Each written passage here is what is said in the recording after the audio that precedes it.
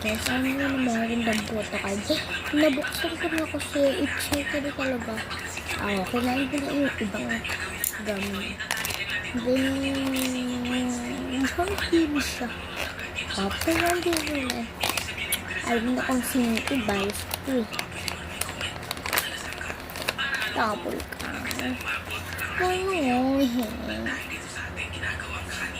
Dalawang malay. Nagtataka kayo kung saan yung malay ko. Wala. Dami ko na.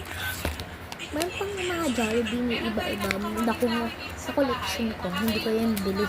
So, baka yun tapos yung doon ko lang binili ko yun.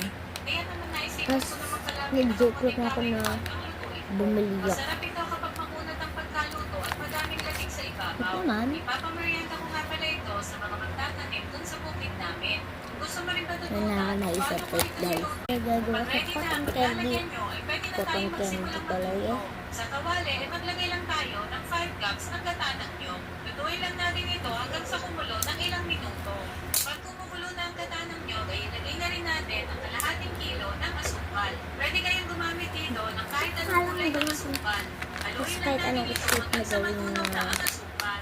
Maglagay din tayo ng 2 tablespoon ng butter para mas maging malinamnam ang ating kalamay na kamoting kahoy. Papakuloyin lang natin ito hanggang sa medyo lumapot. Naalala ko na meron pala kaming tanim na pandan, kaya naman nilagyan ko ito ng isang piraso. Pampabango kasi ito sa mga kakanin.